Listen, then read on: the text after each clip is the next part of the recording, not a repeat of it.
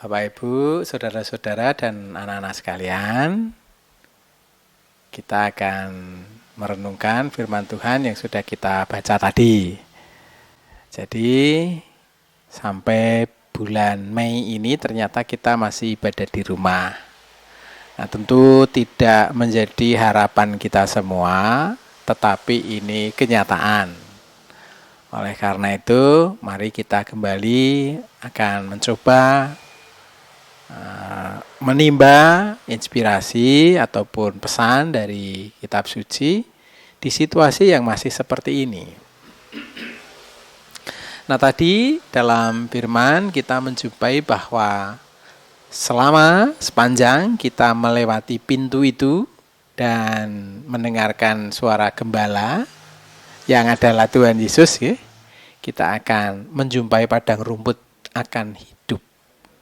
Maka lalu yang menjadi pertanyaan adalah lewat pintu dan mengikuti suara gembala itu yang bagaimana?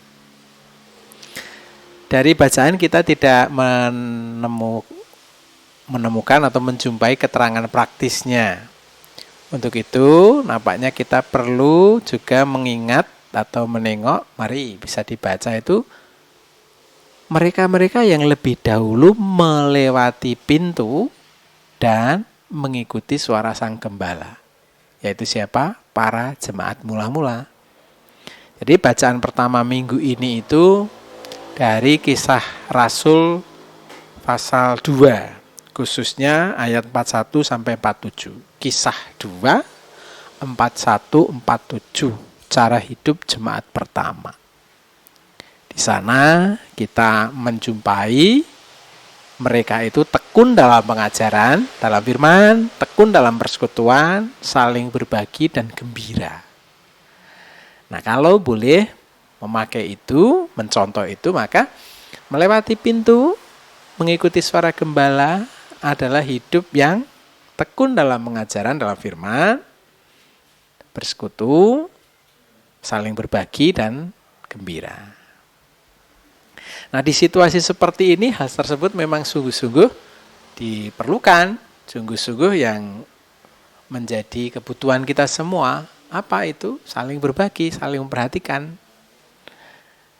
Bersekutu, kita tetap bersekutu walaupun ya melalui seperti ini. Tapi dalam keluarga-keluarga, ya kita lakukan. Dan gembira itu yang penting. Kita tidak bersedih dengan kondisi ini. Bagaimana bisa tidak bersedih situasinya seperti ini? Nah, kembali pada firman tadi. Akulah pintu dan akulah gembala. Kalau lewat situ ada kehidupan. Maka sepanjang kita sudah mewujudkan saling berbagi, saling memperhatikan, mewujudkan tetap bertekun dalam pengajaran, mendengarkan firman, dan selalu bersekutu walaupun melalui udara seperti ini, maka di situ kita bisa mengharapkan adanya kehidupan walaupun situasi pandemi belum berhenti.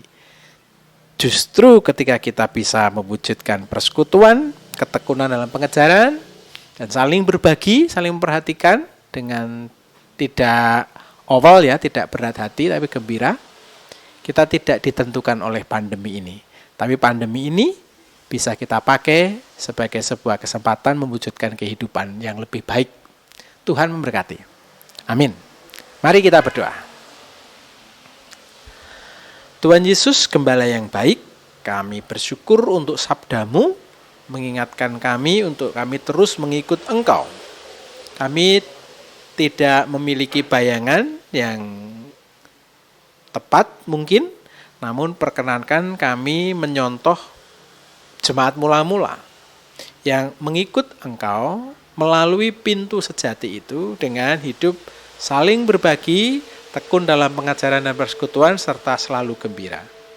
Bimbing kami bisa mewujudkannya saat ini, sehingga kalaupun pandemi ini belum akan segera berakhir, kami bisa menjalaninya, kami bisa melaluinya dengan benar. Yaitu melalui pandemi ini, kami justru semakin diarahkan menuju kehidupan yang lebih baik karena pertolongan dan berkat Tuhan sendiri. Terima kasih Bapa, dalam nama Yesus kami mohon. Amin. Tuhan memberkati, sehat. Amin.